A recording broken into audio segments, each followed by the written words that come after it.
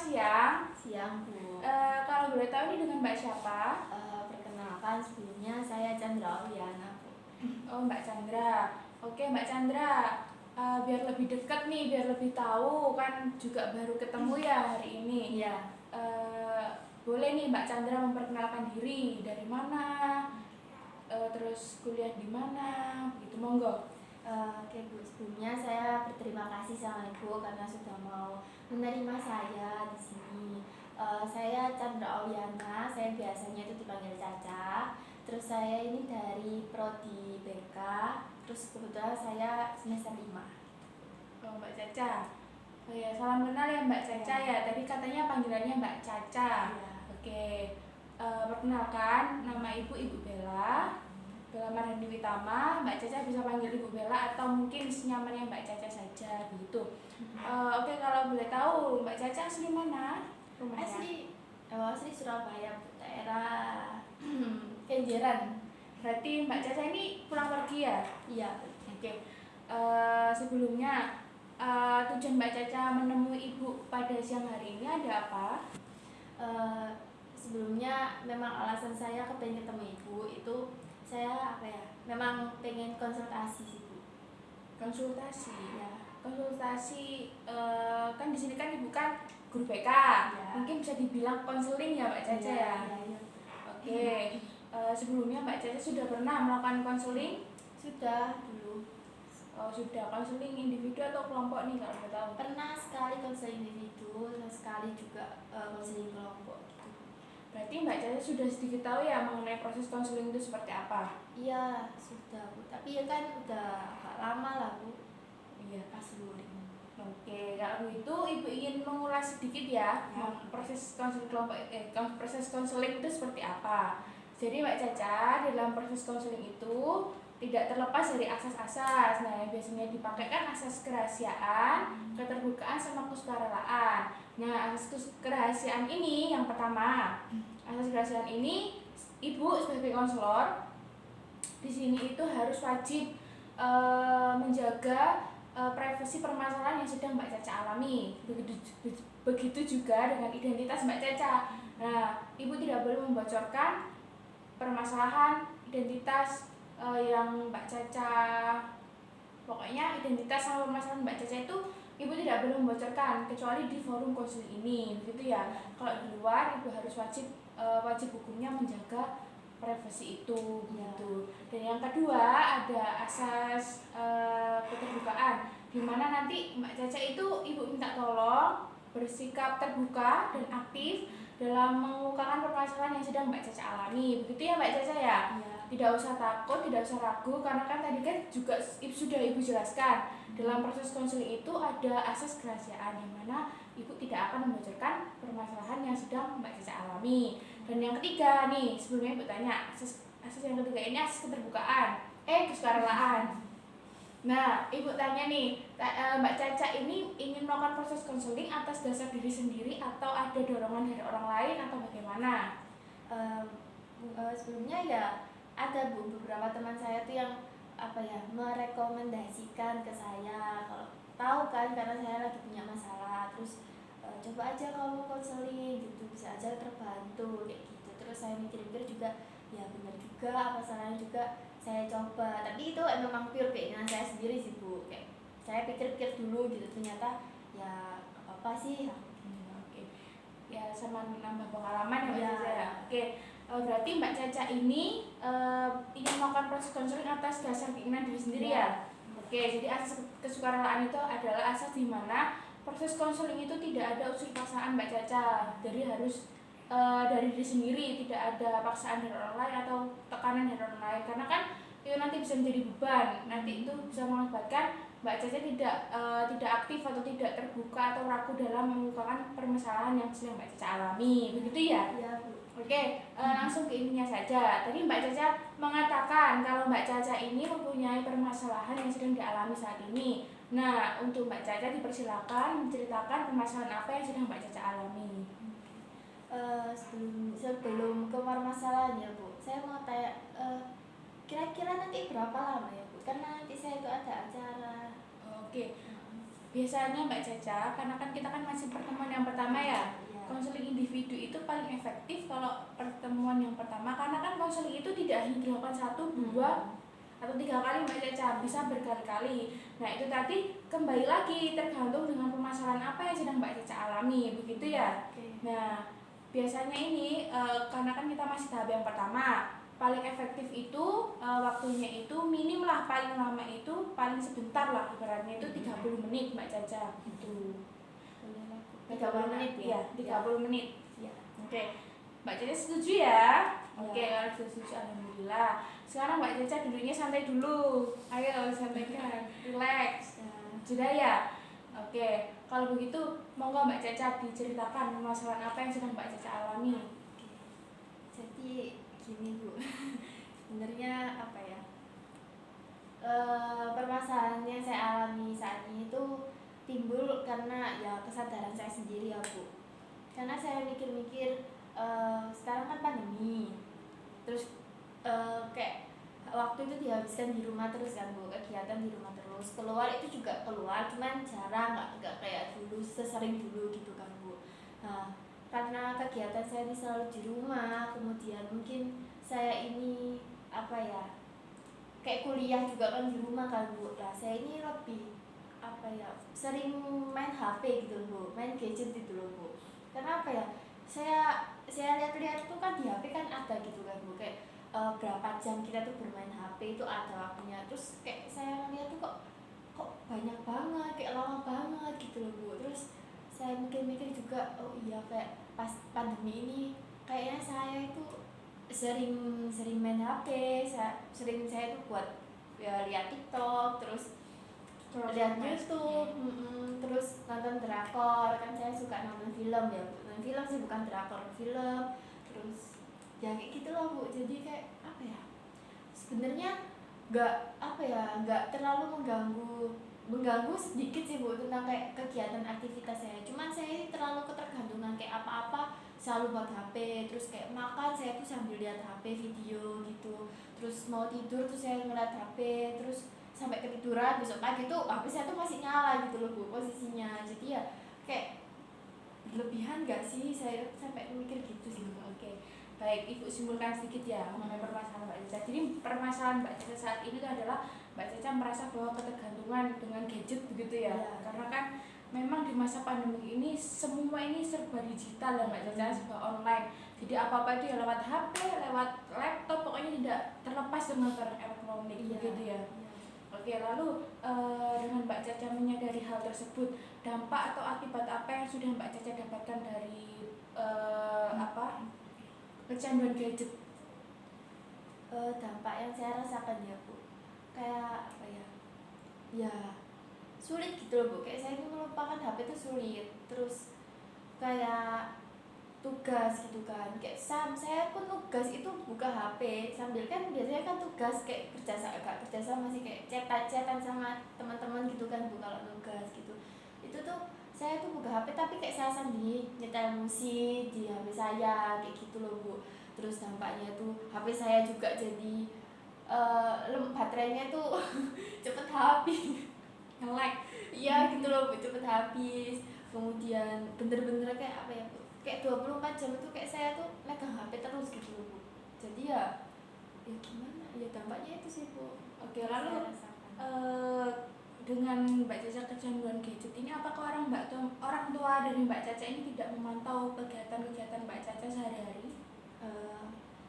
Jarang ya Bu, soalnya kalau saya itu kan kamar saya tuh di lantai 2 di atas kan Bu. Lah, sedangkan keluarga saya sering kumpulnya di bawah. Jadi ya orang tua saya tuh berpikiran kalau misalnya saya tuh di atas nggak keluar kamar gitu, mungkin taunya saya nugas kayak gitu Bu. Jadi nggak pernah ditegur. Cuman kalau misalkan pas saya turun gitu, terus saya makan, biasanya kan habis nugas makan gitu, saya sandingi sama lihat HP. Terus sama orang tua saya tuh sering ditegur Bu, kayak makan dulu gitu loh, makan dulu, HP-nya taruh dulu. Tapi saya sendiri jawab ya lebih asikan makan sama nonton gitu. Oke. Gitu.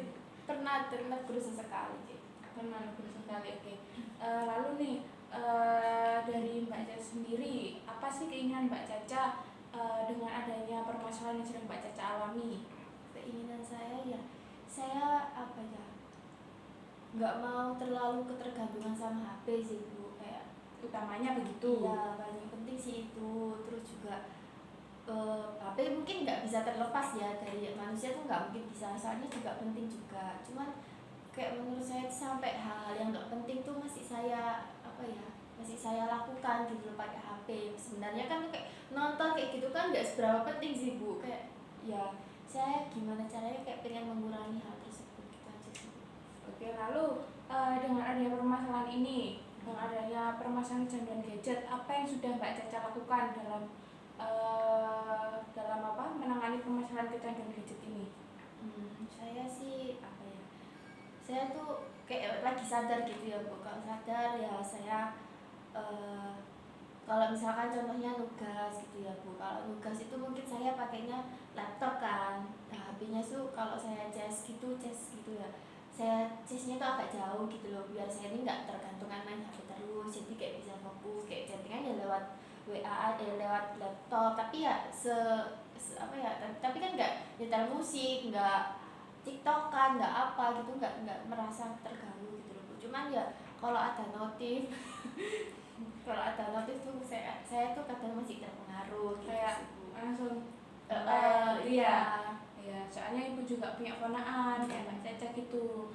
Jadi dia itu juga dikatakan kecanduan HP mungkin ya. Iya. Jadi kalau misalnya jauh dari HP itu dia itu sudah itu nggak fokus Mbak Caca. Iya. Begitu. Oke, lalu nih Mbak Caca kan sudah melakukan bahwa kayak mengurangi dengan nugas, dengan lain-lain, dengan menjauhkan HP.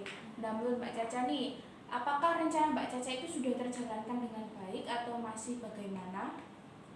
Saya rasa sih masih kurang ya Bu, soalnya apa ya, mungkin berpengaruhnya itu ya cuma pas saya nugas, cuma selebihnya itu nggak ada pengaruhnya. Saya tetap masih pegang HP kayak gitu sih, kayak belum ada pengaruhnya buat saya gitu.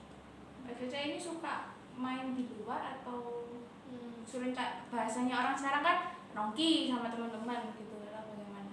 Ya karena pandemi ini sih jarang sih Bu, jarang. Meskipun kalau biasanya paling teman-teman saya yang main ke rumah, kayak main-main kumpul gitu, kadang mainnya tuh di rumah gitu loh Bu, kayak di rumah teman saya, di rumah saya, nggak pernah nongki keluar ke mall, itu jarang gitu, jarang. Tapi ya tetap ya kalau ngobrol ya ngobrol, tapi ya tetap HP gitu loh Bu. Oke. Tapi ide bagus Mbak Caca, apa namanya, sering ngobrol sama teman itu bagus. Itu juga salah satu apa namanya, upaya mengurangi kecanduan gadget. Karena kan dengan kita berkumpul ketemu sama teman gitu kan kayak sudah lupa gitu ya HP. Ada notif apa gitu udah lupa Mbak Caca. Ibu dulu juga gitu, bahkan sampai sekarang juga gini Mbak Caca. Oke, lalu Mbak Caca sudah menjelaskan apa yang sudah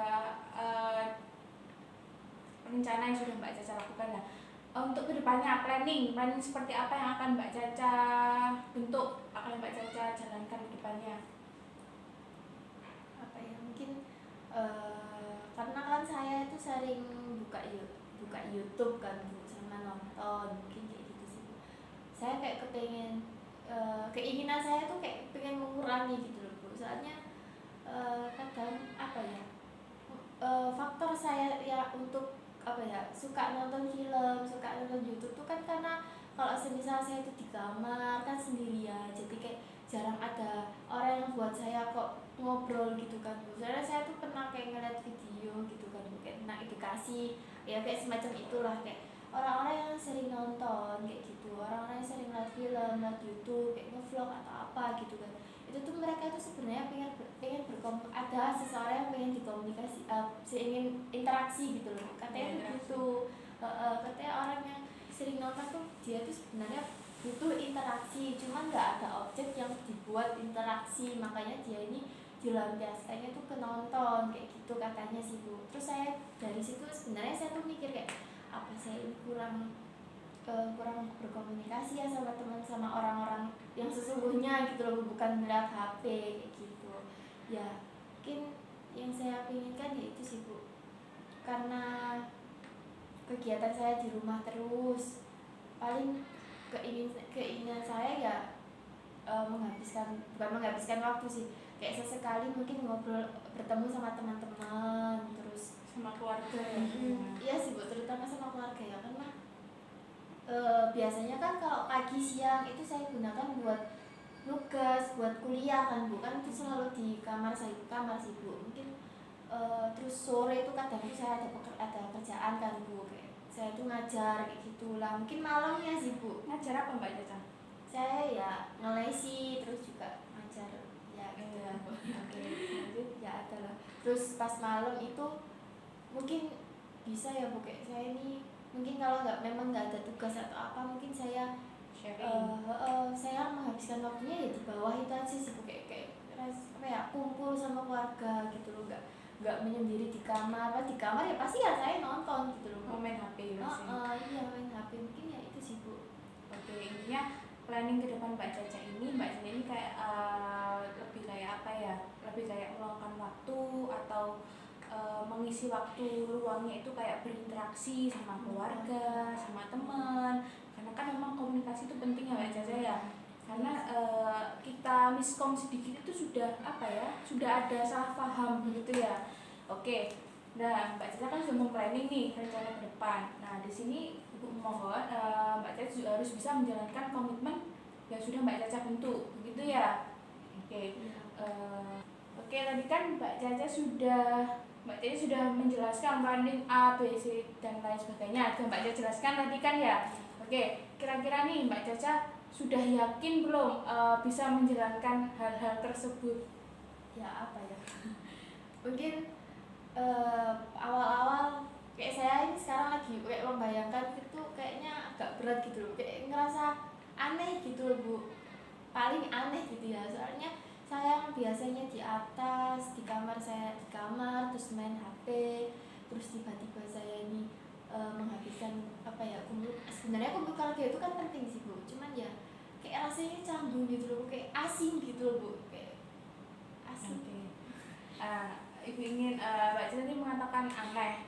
Nah, aneh asing. Nah, mungkin Mbak Caca itu yang seperti apa, aneh seperti apa? Mbak Caca bisa mengungkapkan bagaimana sih aneh itu seperti apa, asing itu seperti apa? Kayak apa ya, mungkin karena keluarga saya kan sebenarnya ya banyak gitu loh Bu, juga sudah besar-besar gitu loh Bu, sudah besar-besar, bahkan kayak saya ini paling kecil gitu loh, bukan saya anak terakhir. Jadi udah pada sibuk masing-masing gitu loh Bu, udah pada sibuk masing-masing. Jadi kalau misalnya kumpul tuh kayak canggung, kayak nggak, saya ngerasa ini kayak nggak kayak biasanya gitu loh. Biasanya cuma ngomongin hal-hal yang serius, kayak misalnya mungkin ada apa, mungkin baru kumpul lah. Kalau misalkan kayak bercanda-bercanda itu kayaknya jarang gitu. Itu yang kayak saya rasa gimana ya, kayak saya siap nggak ya. Saya asik, padahal itu kan keluarga saya sendiri ya Bu. Bahkan ya Bu, ayah saya tuh sering ngomong gitu loh Bu, kayak di rumah tapi kok nggak pernah ketemu gitu loh sama ayah saya tuh, sampai digituin gitu loh Bu, kayak ya kan saya kan di atas kan kadang juga nugas, ya kadang juga saya salah sih Bu, kayak ngabisin waktu buat nonton, ya kadang saya di situ kayak mikir sih Bu, kayak ayah saya tuh Ada benarnya. iya ada benernya juga, ternyata ya juga saya sadar gitu loh Bu, lama-lama juga sadar, oh iya sih, makanya mungkin saya ngerasa asing ya karena saya dari kecil itu sering deket kan sama kedua orang tua saya, cuman semakin kesini semakin sibuk sendiri-sendiri, jadi ya jarang berinteraksi. Ya itu kayaknya itu yang saya rasakan kayak asing, aneh gitu loh Bu. Mungkin dengan rencana ini, dengan keinginan saya ini, terus saya ingat juga tujuan saya, jadinya saya bisa apa ya, ingat bahasanya apa, ada keinginan buat saya berubah kayak gitu sih. Oke, cukup baik Mbak Caca, bisa aku katakan ya sangat baik lah Mbak Caca mempunyai keinginan seperti itu, juga sudah merencanakan planning kedepannya seperti apa. Bisa dikatakan cukup baik, diapresiasi. Jadi ya Ibu, itu aja dari Ibu. Ya semoga Mbak Caca bisa menjalankan planning-planning yang sudah Mbak Caca rencanakan, begitu ya. Oke, Ibu akan selalu menunggu atau setia menanti nih bahasanya perubahan-perubahan yang Mbak Caca alami ke depannya seperti apa. Begitu ya Mbak Caca ya? Iya, baik Bu. Mungkin nanti saya akan coba komitmen lah, istilahnya saya bisa fokus sama tujuan saya, sama permasalahan saya gitu. Oke, sebelumnya nih, Ibu ingin bertanya gimana perasaan Mbak Caca setelah melakukan proses konseling ini? Ya, buat saya lebih sadar ya Bu, bahwasanya omongan orang-orang yang di sekitar saya itu juga lama-kelamaan saya juga berpengaruh gitu loh Bu, kayak ya sadar gitu loh bahwasanya ini nggak benar gitu loh, terus Kurang benar, tapi kurang benar. Terus karena ini kayak saya bercerita ke orang lain, berarti kan ya memang benar gitu loh, berarti kan dari saya sendiri kan Bu, memang yang agak kurang tepat kan memang diri saya sendiri, jadinya saya bisa lebih istilahnya bisa explore diri saya sendiri gitu sih Bu ya. Oke, sebelumnya Ibu mengucapkan terima kasih ya Mbak Caca. Mbak Caca ini dari awal sampai akhir sudah mengikuti proses konseling dengan sangat-sangat terbuka, sangat aktif, sangat-sangat bisa mengungkapkan the real permasalahan apa yang sedang Mbak Caca alami, begitu ya? Sangat iya. Oke, apakah ada yang ingin diselesaikan lagi atau bagaimana Mbak Caca? Sudah ya Bu, saya rasa sudah, nanti mungkin dilanjutkan di pertemuan yang kedua ya Bu. Oh ya, Ibu ingin menjelaskan, jadi pertemuan selanjutnya seminggu ke depan lah atau berapa minggu, pokoknya Ibu ingin menyesuaikan Mbak Caca saja. Kalau misalnya Mbak Caca bisanya seminggu ke depan, ya nanti Ibu kabarin lagi, kita melakukan evaluasi. Jadi apa sih perkembangan apa yang sudah Mbak Caca lakukan, sudah yang Mbak Caca alami, begitu ya? Apakah Mbak Caca ada kesulitan atau bagaimana, nanti bisa dikonsultasikan lagi, begitu ya? Ya baik Bu, saya juga mau berterima kasih sama Ibu karena sudah mau menerima saya, terus ya menyambut saya dengan baik, terus mau membantu saya gitu. Saya terima kasih. Ya, sama-sama Mbak Caca. Kalau misal ada yang bisa dibantu, nanti Mbak Caca bisa menghubungi saya. Kemarin Mbak Caca WA saya itu kan ya? Iya. Oke. Kalau memang sudah tidak ada lagi, Mbak Caca bisa meninggalkan ruang konseling ini. Iya, terima kasih ya Bu. Iya, sama.